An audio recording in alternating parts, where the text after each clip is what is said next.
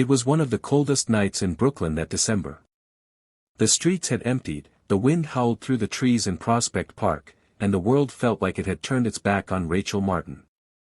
She sat on a worn wooden bench, her coat barely holding out the wind, her arms wrapped tightly around her feverish 3-year-old son, Liam.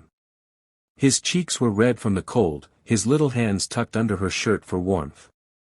He whimpered in his sleep, his breathing shallow. Rachel gently rocked him, trying to soothe him, even as her own tears fell silently. She had reached her end.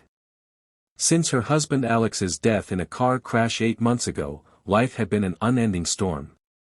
Bills piled up. Her savings dried up. The landlord kicked her out. Friends vanished. Shelters were full.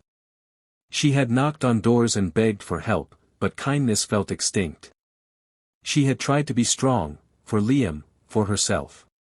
But now, sitting there on that frozen bench, she felt more alone than ever before. In her pocket, a bottle of sleeping pills. Not stolen. Bought with her last $10. That was the plan. End it. Take Liam with her, not out of cruelty, but because she couldn't imagine leaving him in this cruel world without her. She looked up at the night sky. "I'm sorry," she whispered. "I don't know what else to do." Then, a voice broke through the silence. "Excuse me, are you okay?" She turned. A man stood a few feet away, holding a grocery bag. He looked about mid-30s, warm coat, scarf, tired eyes, but kind. Not judging, just concerned. "I'm fine," Rachel said quickly, trying to hide the tremble in her voice. He didn't believe her. "You don't look fine. Is that your son?" She nodded. "It's freezing out here. Please, I live nearby. I can offer you warmth. Food. Just for tonight."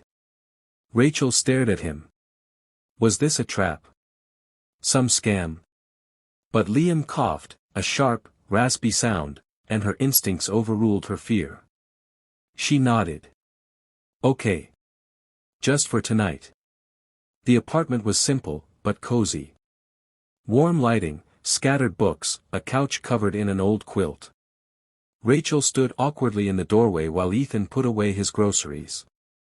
"Please, sit," he said gently.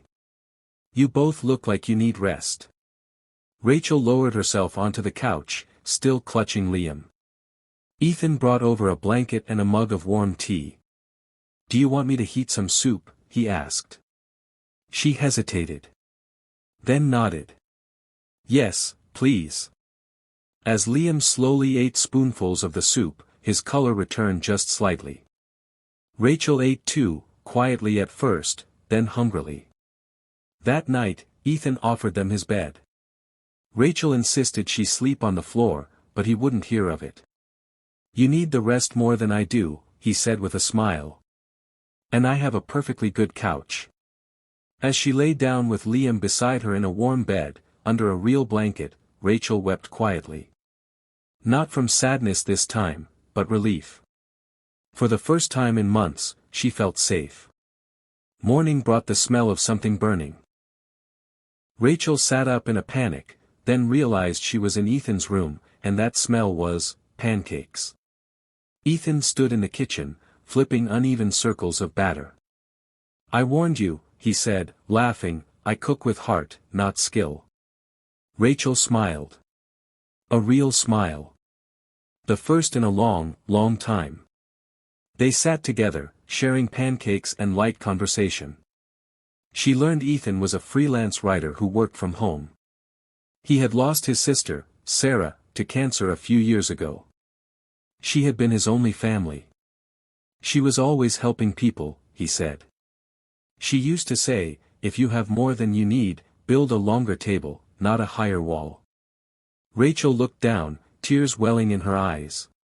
"That's beautiful." Over the next few days, Ethan helped Rachel get back on her feet. He introduced her to a local community center where she could get assistance and even free child care. With a few clean clothes and Liam looked after, Rachel started applying for jobs again. One afternoon, after a week of searching, she came back smiling. "I got a job," she said, eyes glistening. "Receptionist at a local clinic.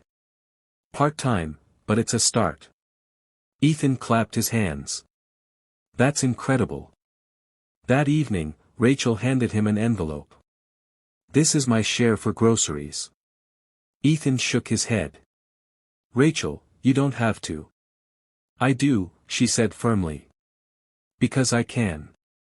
Because I need to feel like I'm earning this second chance." He accepted it with a smile and nodded. "You're stronger than you know," he said softly. 2 months later, Rachel moved into a shared apartment with another single mom she met at the center. The place was small, one bedroom split in half by a curtain, but it was theirs. Ethan helped her move. Painted walls. Installed curtain rods. Built a small bed for Liam. She stood in the doorway that evening, her keys in her hand. "I never thought I'd have my own place again," she whispered. Ethan smiled. "You didn't just survive, Rachel. You rebuilt." Their connection only grew. Even though they no longer lived together, Rachel and Ethan met often. Sunday breakfasts. Park visits. Late-night phone calls. Liam adored him. Called him Uncle E. One night, as Liam slept in the other room, Rachel and Ethan sat on the apartment balcony. "I had those pills in my pocket that night," she said softly. "I was going to end everything." Ethan turned toward her. "I know. You saved me." He shook his head. "You saved yourself. I just happened to show up." Rachel took his hand. "But sometimes, showing up is everything." A year passed. Rachel got promoted. Liam started preschool. Ethan started writing again, stories, poems, even a children's book inspired by Liam's bedtime questions. One sunny spring afternoon, Liam pulled on Ethan's sleeve. "Are you my dad now?" Rachel froze, but Ethan knelt beside the boy. "I'm not your dad, buddy," he said with a soft smile. "But I'll always be here. Always." Later that evening, Rachel asked Ethan, "Do you think two broken people can still build something beautiful?" He looked at her, took her hand, and said, "I don't think it, I believe it." On the anniversary of the night Ethan found her, they returned to that same bench in Prospect Park. The wind wasn't as cold now. The sky was clear. Liam ran ahead, laughing as leaves chased him. Rachel looked at Ethan, her eyes full. "You gave me a reason to live," she whispered. He looked at her with that same warmth as the first night. "No, Rachel. You already had a reason. You just needed someone to remind you." She leaned her head on his shoulder. And in that quiet moment, surrounded by laughter and light, two once broken souls realized. Kindness saves. Presence heals. Love transforms.